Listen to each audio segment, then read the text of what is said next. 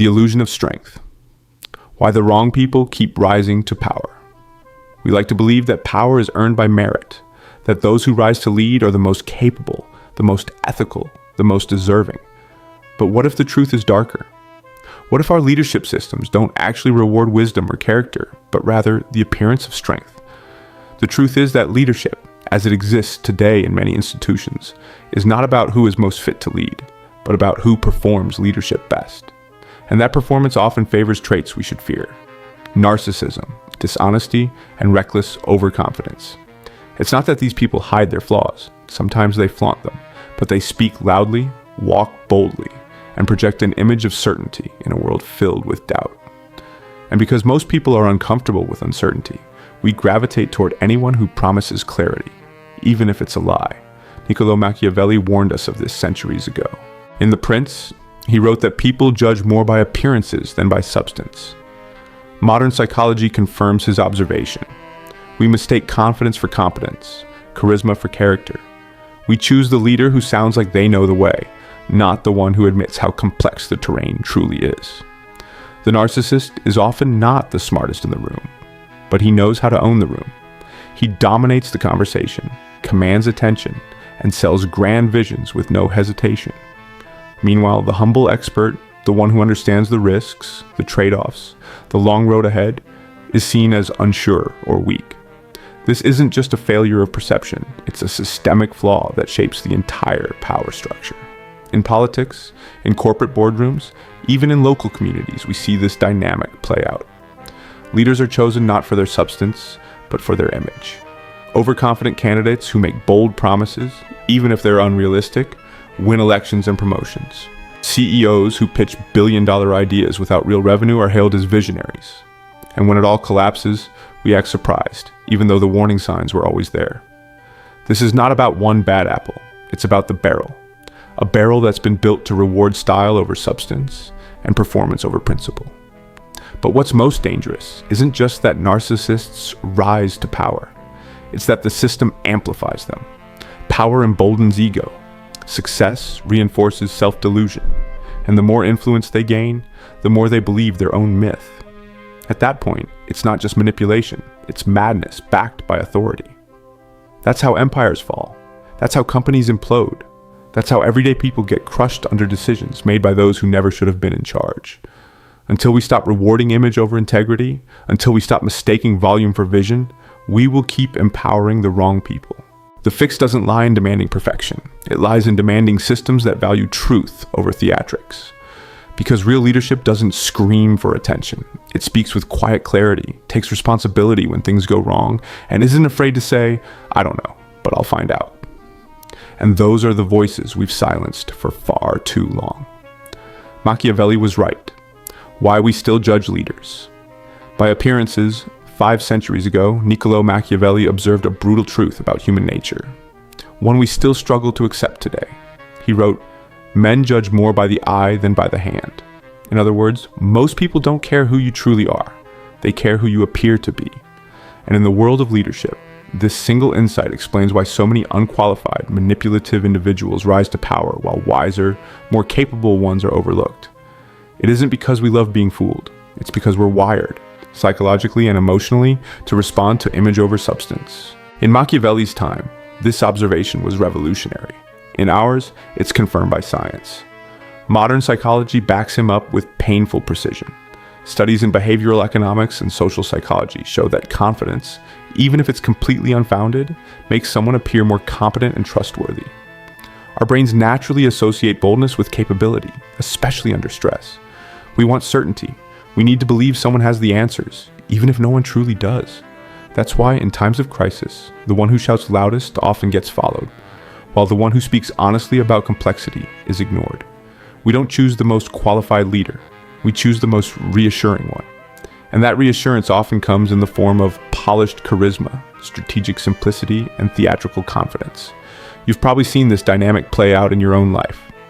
In politics, a candidate speaks in slogans and sound bites while dodging real questions, but wins anyway. In the workplace, someone gets promoted not because they solve problems, but because they look like a leader. Well-dressed, assertive, confident in every meeting.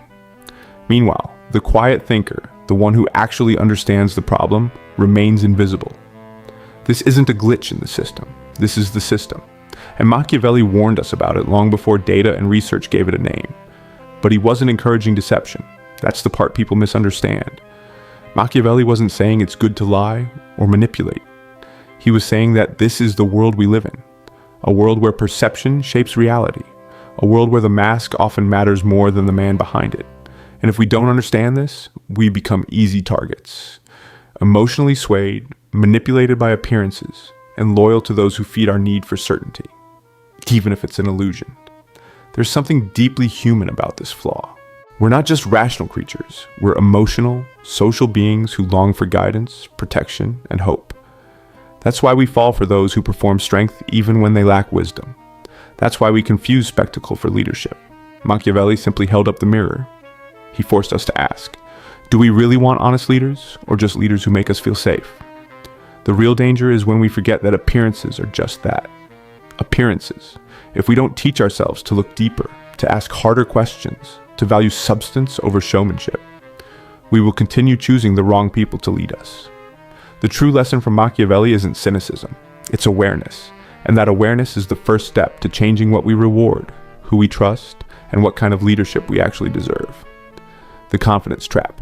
Why we follow the loudest voice instead of the wisest one. Imagine you're lost in the woods. Two strangers step forward and offer to lead. One says, I'm not entirely sure, but I think we should go this way. The other says, I know exactly where to go. Follow me. Most people, without hesitation, follow the second. Not because he's right, but because he sounds right. This is the confidence trap. And it plays out far beyond the woods. In boardrooms, political elections, classrooms, and social movements, the loudest voice often drowns out the most thoughtful one. It's not that we don't value intelligence or insight. It's that in moments of uncertainty, we crave certainty, even if it's a lie. We're drawn to people who act like they have answers, regardless of whether those answers are true, responsible, or even sane. Machiavelli saw this long before psychology gave it a name. And now, studies confirm what he instinctively understood. We equate confidence with competence, especially when we feel vulnerable. A confident person, even if completely wrong, is more likely to gain followers, win promotions, and command trust than a cautious or humble one. Why? Because humility sounds like hesitation. And in a world that rewards speed, strength, and instant answers, hesitation feels like weakness. This psychological bias explains why narcissists often succeed in interviews, why political slogans beat nuanced policy, and why so many of us have worked under bosses who talk big but think small. The danger isn't just that we're fooled, it's that we reward the illusion. We give power, authority, and attention to those who project strength, even if it's only surface level. And once they gain power, the illusion deepens. Overconfident leaders begin to believe their own hype. They stop questioning themselves. They surround themselves with people who echo their ideas, not challenge them. And soon, decisions are made not on evidence or wisdom, but on ego. The result? Chaos disguised as leadership. Policies that serve pride instead of people. Companies that chase image over integrity. Nations that fall for style over substance. But the cost isn't just institutional, it's deeply personal. How many times have we silenced our own doubts because someone seemed sure? How often have we followed authority simply because it spoke with conviction? This pattern shapes how we vote, how we hire, how we judge, and how we live. It teaches us that being right is less important than sounding right. And that is a dangerous lesson to carry through life. So what's the way out? First, we need to separate confidence from competence, in ourselves and in others. Ask what someone knows, not just how certain they sound. Look for track records, not taglines. And when someone admits they don't have all the answers, listen more closely, not less. Because real wisdom often whispers, it pauses, it doubts. And in that space of uncertainty, we often find the most honest and reliable truths. In a world full of noise, the ability to question confidently might be the rarest and most necessary form of leadership. The ones worth following might not shout, but they're the ones still standing when the shouting ends. The narcissists rise, and the organizations fall. At first glance, the narcissist looks like a dream candidate for leadership. Bold, visionary, fearless. He speaks in grand terms, paints the future in broad, compelling strokes, and never seems unsure of himself. He commands rooms, dazzles investors, and radiates certainty in a world clouded with doubt. But behind that confident exterior is a dangerous reality, one that many companies and institutions only discover after it's too late. Narcissists don't rise by accident. They know how to sell a vision, build a persona, and attract followers. But the same traits that help them climb, their self-centeredness, their obsession with control, their inability to take criticism, are the very traits that destroy everything once they reach the top. This is the leadership paradox. Narcissists outperform in the selection process, but underperform in the leadership role. Research shows narcissistic CEOs generate more volatility, take reckless risks, and respond poorly to feedback. They tend to surround themselves with yes men rather than smart challengers. They're more interested in glory than in results. Take Adam Neumann, the former CEO of WeWork, as a case in point. His charisma and confidence raised billions in funding. He convinced investors he was building not just a company, but a movement. But beneath the hype was a hollow business model, and when reality caught up, WeWork's valuation crashed hard. That wasn't just bad luck. It was the direct result of unchecked narcissism in a leadership position. The deeper danger lies in how power affects the narcissistic mind. The more influence they gain, the more convinced they become of their own greatness. They begin to ignore evidence, reject dissent, and build echo chambers around themselves. And because they're masters of impression management, it often takes years for outsiders, or even insiders, to realize just how much damage is being done. By then, employees are burned out, trust is shattered, and the foundation of the organization is cracked. And still, the narcissist may walk away with a golden parachute, while everyone else is left picking up the pieces. What's tragic is how predictable this cycle is. Narcissists appeal to our desire for a hero, someone who gets it, who will fix it, who won't back down. In times of crisis or transition, we're even more vulnerable to their charm. But what we see as strength is often just performance. What we think is vision is ego-driven fantasy. And once we hand over power, it becomes exponentially harder to take it back. That's why prevention, not just correction, is critical. We need to stop confusing bravado with brilliance. We need leadership systems that value character as much as charisma, outcomes as much as optics. Because in the end, narcissists don't just fail as leaders, they damage the very systems that allowed them to lead. And if we don't confront this reality, we'll keep repeating the same mistake, falling in love with the image and paying the price for ignoring the substance. True leadership doesn't need to shout, dominate, or promise the moon. It's steady, humble, self-aware, and rare. But it's the only kind that leaves people, institutions, and legacies stronger than before. The subtle art of misdirection, how leaders manipulate without lying. When we think of deception, we imagine outright lies, fabricated stories, falsified records, broken promises. But real-world leadership deception is far more insidious. It doesn't always involve lying. Sometimes it's simply about where a leader points your attention. Like a magician waving one hand in the air while the other steals your watch, the most manipulative leaders are masters of misdirection. They don't need to lie if they can control what you see, what you focus on, and what you don't think to question. That's what makes it so effective and so dangerous. In the world of power, deception isn't always a weapon. It's a performance. And we, the audience, rarely realize we've been played until the curtain falls. Machiavelli understood this centuries ago. He didn't glamorize deceit, he simply recognized it as a strategic tool. He knew that most people are so eager for hope, stability, or strength that they don't ask too many questions when a leader gives them just enough to feel reassured. Modern psychology explains why this works. Humans suffer from optimism bias, a tendency to interpret ambiguous information in a way that aligns with our desires. We want things to be okay. We want our leaders to be competent. And when a charismatic leader feeds us emotionally satisfying narratives, we don't dig deeper. That's not stupidity. That's biology. Leaders who understand this don't need to falsify reports. They just emphasize the good data and bury the rest. They don't deny problems. They reframe them as strategic investments or calculated risks. And we reward them for it. Research from the University of Michigan found that employees were 31% more motivated when leaders framed even difficult situations in a positive light. It didn't matter whether things were truly improving. What mattered was that it felt like they were. That's the power of narrative, and the best manipulators use it with surgical precision. Consider how this plays out in corporate America. A CEO announces record user growth, but leaves out the fact that revenue is down. A politician boasts about job creation without mentioning inflation. It's not technically lying, but it's not truth either. It's theater. And the audience claps, unaware of what's happening backstage. Over time, this kind of leadership creates a culture where truth becomes relative and perception becomes king. And once we've built a world on perception, those who control the spotlight control everything. But the most dangerous deception isn't the one leader's project. It's the one they believe themselves. Power, unchecked, breeds self-deception. Studies show that leaders often begin to believe their own inflated narratives the longer they go unchallenged. And when they surround themselves with sycophants rather than truth tellers, the echo chamber becomes inescapable.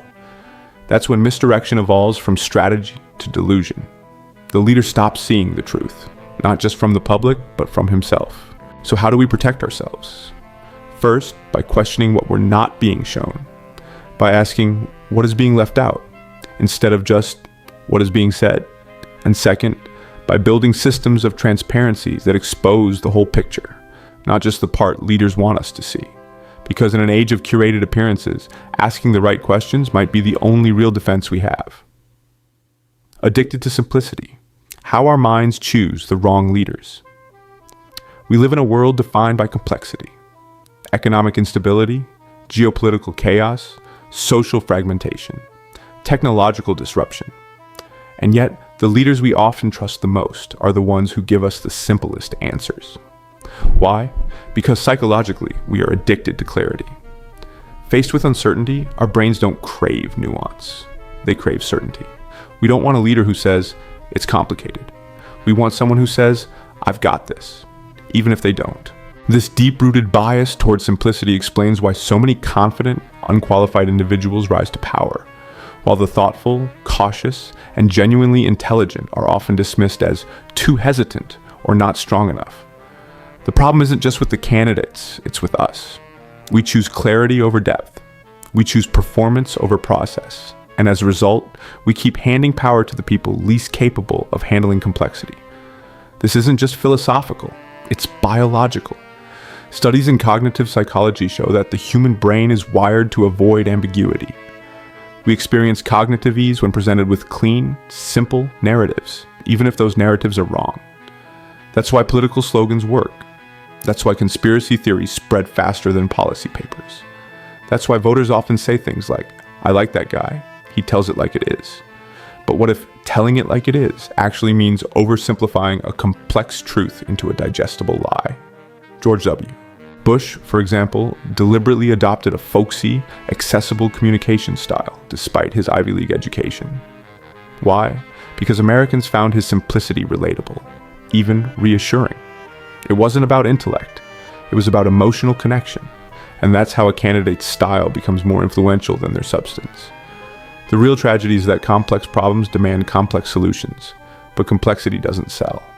A leader who carefully weighs options, acknowledges risks, or speaks in probabilities is often viewed as weak or indecisive.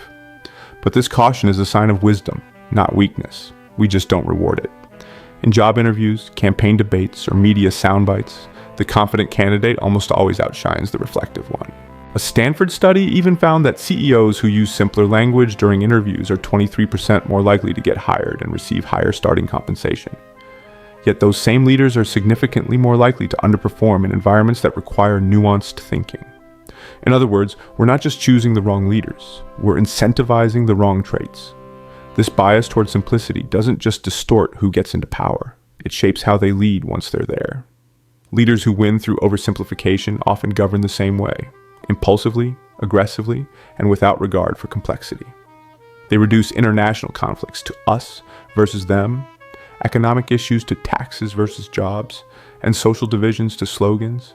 It's not that they don't know better, it's that they don't need to, because they've learned that clarity, no matter how false, wins more hearts than truth.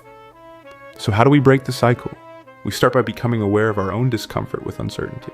We learn to value the leader who says, "I don't have all the answers," because that's the one who's telling the truth. And we build systems that don't just reward charisma, but demand competence. Because real leadership isn't about telling people what they want to hear. It's about guiding them through the storm, even when the path isn't clear.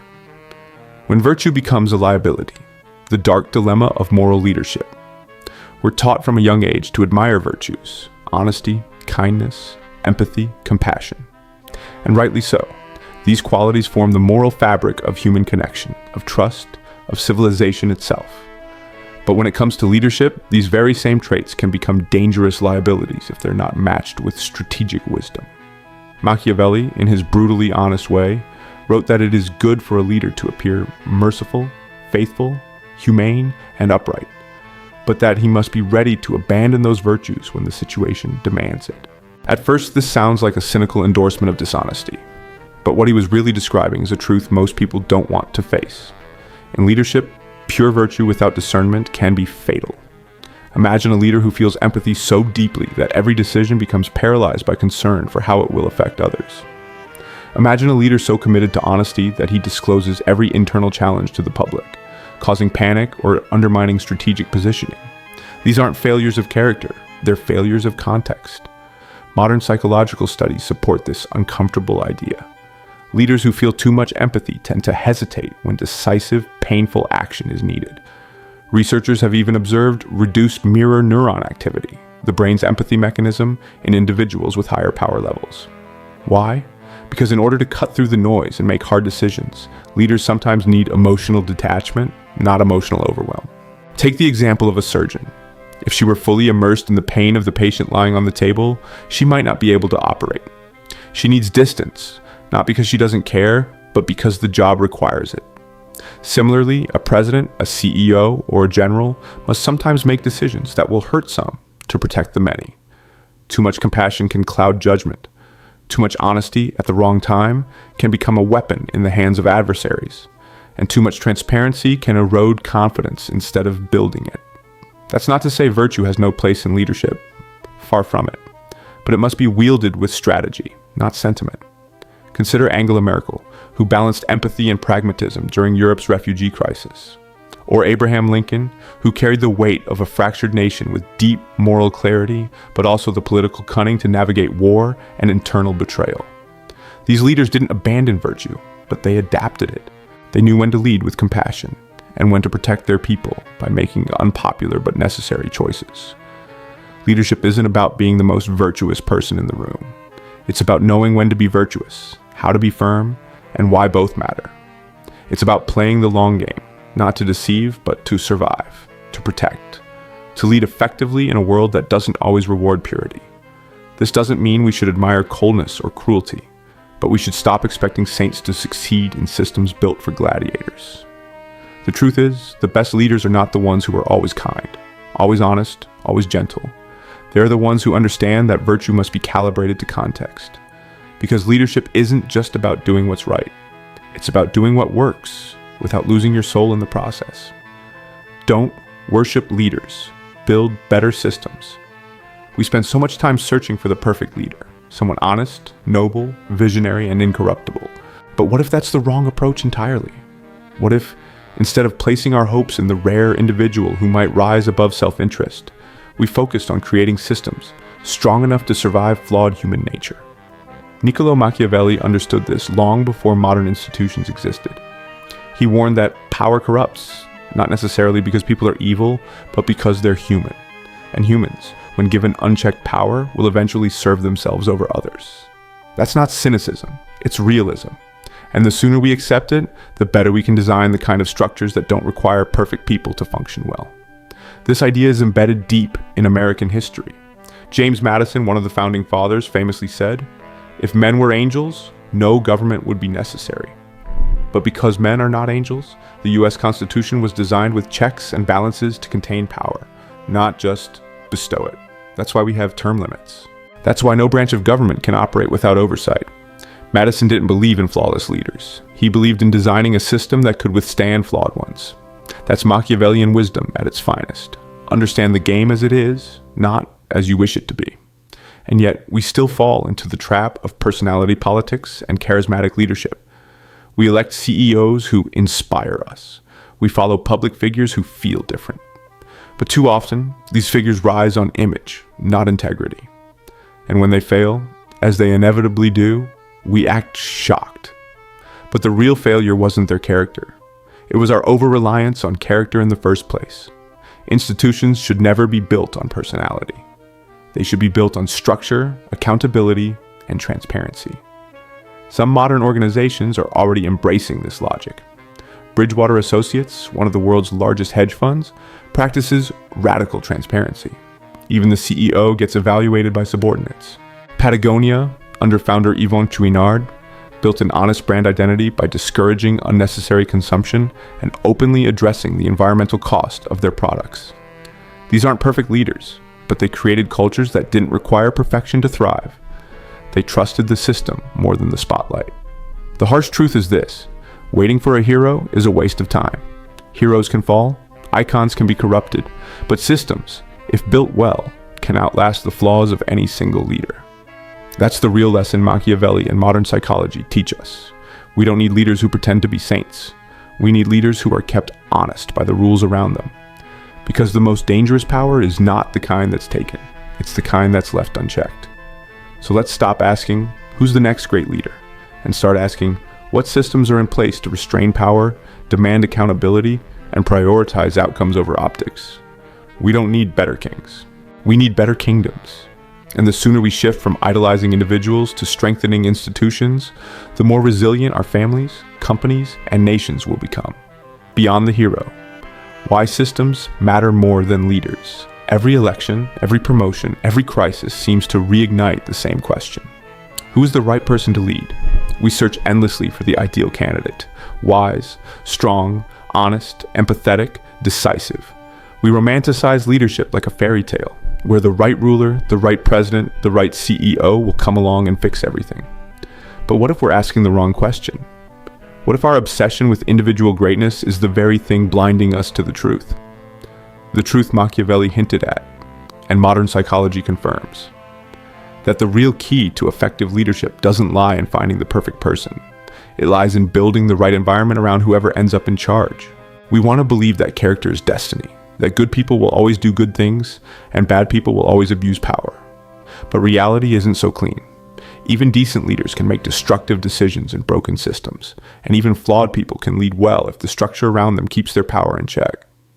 That's why leadership is context dependent. A leader who thrives in one organization might fail miserably in another, not because their values changed, but because the system did. A strong structure can elevate the quiet, the humble, the thoughtful. A weak structure rewards the loud, the manipulative, and the self-absorbed. Look at the US Constitution. It was designed not because the founders believed future presidents would be perfect, but because they knew they wouldn't.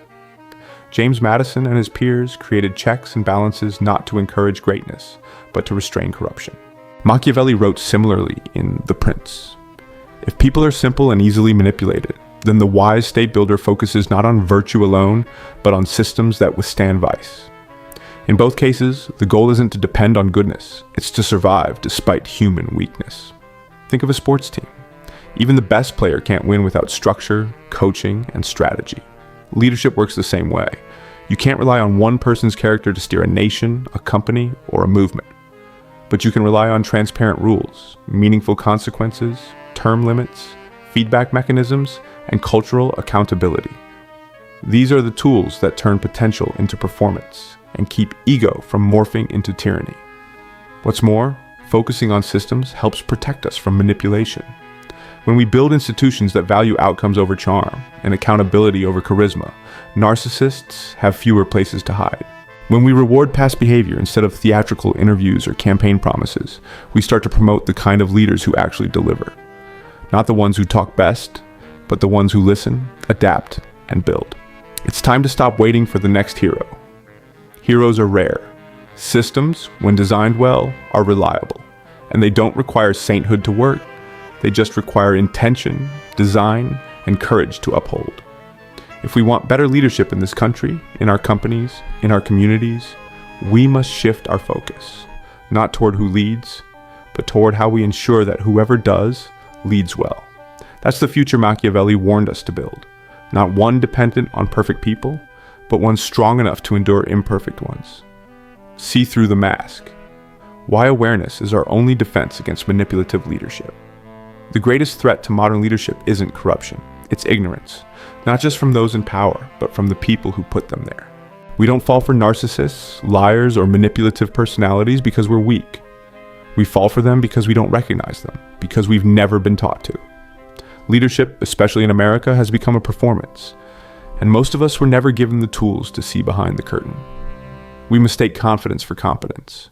We confuse charisma with character, and we reward certainty, even when it's built on nothing but ego and illusion. If we want to stop empowering the wrong people, we have to start with the right kind of education. One that doesn't just teach facts or ideals, but reveals the dark psychology of power itself. Machiavelli understood this long ago. He didn't advocate for deception because he admired it. He studied it because he knew how often it worked. And that's still true today.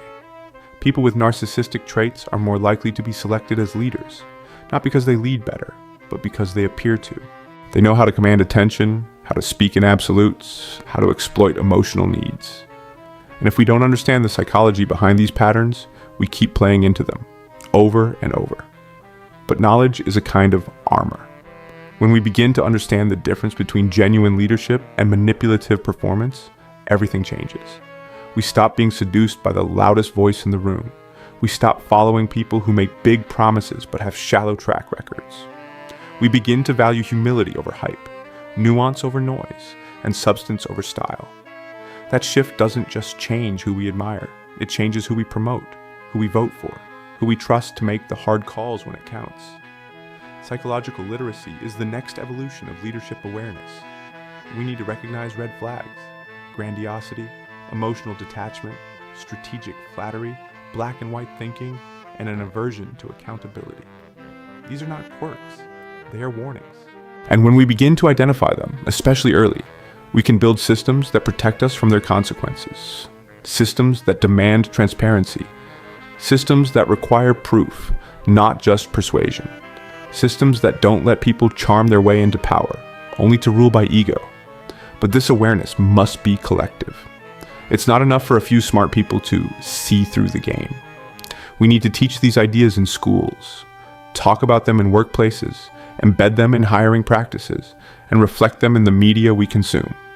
Because the more we normalize the idea that leadership isn't about looking strong but being responsible, the harder it becomes for narcissism and deception to thrive. The truth is, we don't need better speeches, we need better perception. We need citizens who can tell the difference between authority and authenticity, who can feel the pull of a charismatic leader and pause long enough to ask, is this real? Because once you see the mask, you can't unsee it. And that moment, when the illusion breaks, is the moment society begins to take back its power. Life isn't about finding perfect leaders. It's about not being fooled by the wrong ones. The world isn't short on people who want power. It's short on people who understand how power really works. One of the most powerful lessons from both Machiavelli and modern psychology is this: appearances deceive, and we are all vulnerable to them. We often mistake confidence for competence, boldness for vision, and simplicity for truth. But real leadership, whether in politics, business, or everyday life, isn't loud, flashy, or always sure of itself. It's quiet when needed. It admits what it doesn't know. It adapts, listens, and chooses responsibility over image.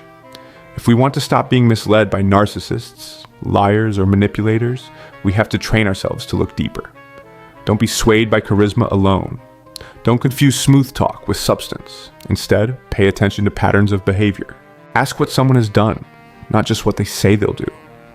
Notice who they surround themselves with: strong, competent people, or just yes men. And most importantly, ask yourself, does this person make space for truth, or do they silence it? This doesn't just apply to presidents or CEOs. It applies to your job, your relationships, your community. Learn to recognize the signs of strategic deception, performative empathy, and inflated promises. Because when you see the game clearly, you stop playing it blindly. You make wiser choices about who to follow, who to trust, and who to become. In a society that often rewards the illusion of strength, Your greatest defense is awareness, not cynicism, but clarity. Because once you stop falling for the performance, you start demanding real leadership. And that shift within you can ripple outward farther than you think.